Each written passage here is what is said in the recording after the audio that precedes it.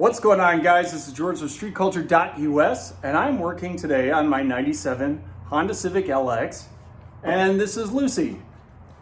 Bought this car for the wintertime driving, and I try to take care of it the best I can. That being said, today I'm doing the upper camber arms because wintertime is coming. Let's talk about upper camber arms. Currently, I just took this off. This is the True Heart manufacturer, and it's not a bad gig. However, this was done in a rush and it was not anti-seize, and we'll get to that. So when you go shopping for an upper camber arm, you have several different ways to go about it. You can go directly from the manufacturer, you can go through third party via a race shop or something like that. You can go to Overstock or even eBay. But you have to know what you're shopping for. So let's talk about what's out there. One of the tools that I like to use a lot is a micrometer. And the reason being is when I take measurements off of this outer housing, for example, is about 1 inch with a 3/4 inch drop to the actual bushing housing and about 1 inch on this end as well.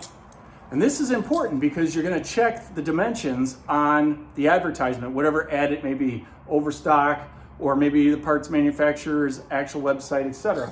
Even though it's for listing for a 97 Honda Civic, it doesn't mean that that's always the case. Now, when this component is mounted to the body, on the inside there's a little inlet or cubby that allows this to kind of flex around inside, and these bolts will hold it in place. So, knowing how wide this is very important. And here's why. So, this is an eBay component. For $30, you get the set. Now, it was advertised for a 1997 Honda Civic LX. I took the measurements, and as soon as I got the component, it says 1 inch, so this side is good. However, on this side, just the bushing itself is 1.5 inches, and then the actual outer sleeve here is about 2.25. Now, even though it was advertised 1 inch on the description, obviously this is too big. Now, if you do a side-by-side comparison, you can see it is much, much bigger. Even the holes on the assembly are a little bit off. It's just different. So anyway, this is not going to work for our application, as this component will not bolt up directly into that cubby and allow for the movement. Now, there's other things about this component you want to look at when you're shopping for the component. You notice on the True Heart that the shaft itself is going to the outer sleeving here, and it's welded directly in the center, as opposed to this component that is actually having the shaft come on the far end of the bushing. So it's on this side. It's not directly in the middle where it should be, like so, but it's on the far end. Now, what this does is, if this was a welded component like the True Heart, it would crack after rusting or load and possibly would cause failure. One of the good things about this component is that this is actually a full cast piece, and you don't have to worry about a weld breaking, but it doesn't mean it's not prone to failure. Now, the place that this will fail is in the main shaft that controls the two of them coming together, and you can adjust in and out for your camber. This is an aluminum housing, and these nuts here, adjusting to lock it in place, are also aluminum, or aluminum depending on where you're from. So what's going to happen is the rust will start on the inside of this, because liquid or moisture will get in there and your component, and your aluminum will also begin to corrode. When you try to loosen it up to get this all apart to maintenance it, this little this little nut will strip because it's aluminum. So very cheap product, and that's why it's only $30 to $40 on eBay. Now, if you're gonna spend $30, $40 on just a set of these and you have no other options, go for it. If you live in Texas or somewhere dry, go for it. To each their own. But make sure you use anti-seize on these, even though you don't have to worry too much about a moist environment. Now, you're gonna have failure under load.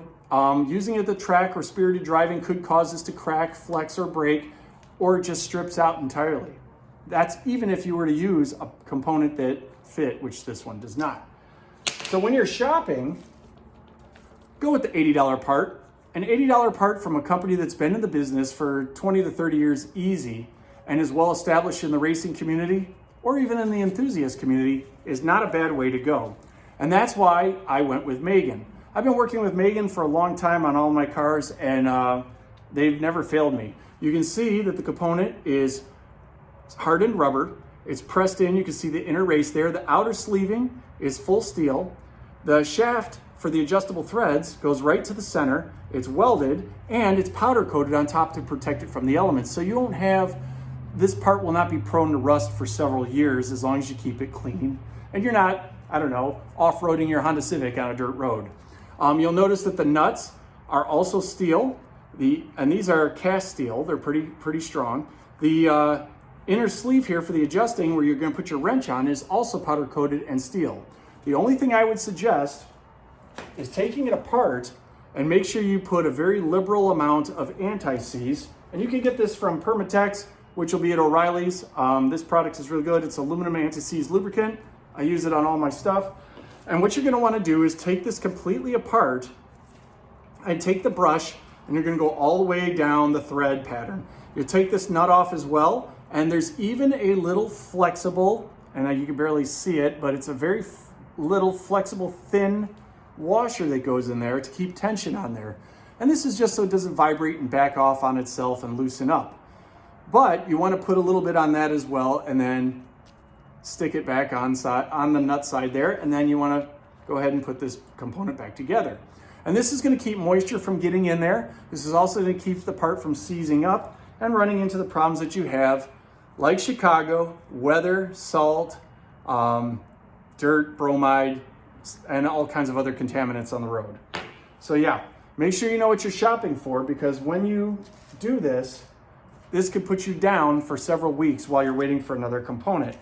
This one being too wide, being too weak, $30. This one being perfect, built by a reputable manufacturer, and for your application, plug and play, will not fail you, properly designed and put together, and you're not going to have any issues. So yes, make sure you know what you're shopping for. Make sure you take your micrometer and you verify all your measurements. Verify, so that way everything works out in the end. And you get the quality parts and the quality performance that comes with a quality part on the road, and you can feel the differences. So hope you like this video. Make sure you go ahead and smash that subscribe or like button on Instagram or on YouTube, depending on where you're seeing this. Yeah, let me know your thoughts if you like these videos. It's just another part of my evolution, getting you guys better quality videos with the right information. Remember guys, verify your parts, go with the right reputable sourced part, so that way you have a trouble-free day at the track or on spirited driving on Mexico roads. Dream it, build it, drive it, so that way I can see you guys on the road.